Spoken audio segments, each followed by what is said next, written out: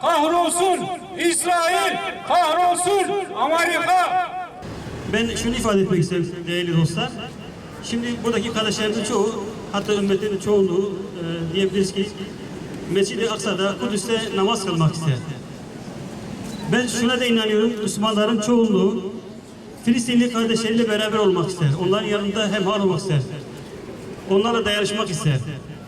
Ama şunu bilmeliyiz ki değerli dostlar, eğer biz Kudüs'te namaz kılmak istiyorsak öncelikle buradaki namazlarımızı dikkate almak zorundayız. Buradaki namazlarımızı korumak zorundayız. Burada kıldığımız namazın kıymetini bilmek zorundayız. Yani buradan geçiyor Kudüs'e giden yol. Eğer biz Filistinli kardeşlerimizle beraber olmak istiyorsak öncelikle buradaki kardeşlerimizin kıymetini bilmek zorundayız. Onlarla dayanışma içerisinde olmasını bilmek zorundayız. Ancak o zaman Filistinli kardeşlerimizle beraber olabiliriz. Yani bundan dolayı ben diyorum ki arkadaşlar, Kudüs'ün yolu buradan geçiyor. Biz buradaki sahanın kıymetini bilmezsek Kudüs'teki sahanın kıymetini bilemeyiz. Ben gemide yer aldım, yaralandım. Ama şunu ben gördüm ki arkadaşlar, vallahi billahi eğer biz güçlü olursak, birlik olursak orada İsrail askeri 3 gün duramaz. Biz onların gözündeki korkuyu gördük, dehşeti gördük. Hatta şuna kanaat getirdim, dedim ki eğer biz birlik olursak 10 yıl içerisinde biz oradan İsrailleri kovarız. Bismillahirrahmanirrahim.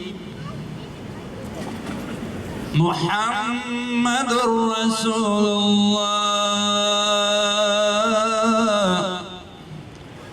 vellezine ma'ahu أشداء على الكفار رحماء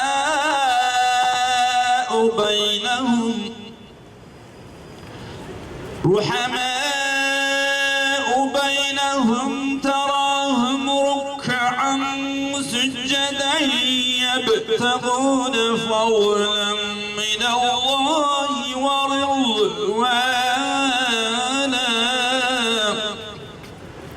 Yüzyılın anlaşması denilen plan, Kudüs'ün bütünüyle işgal edilmesi, Filistinlilerin vatanlarından çıkarılması ve işgalin meşrulaştırılması çabasından ibarettir. Kısaca planda anlaşmada soykırım, vahşet ve işgal diplomasisidir.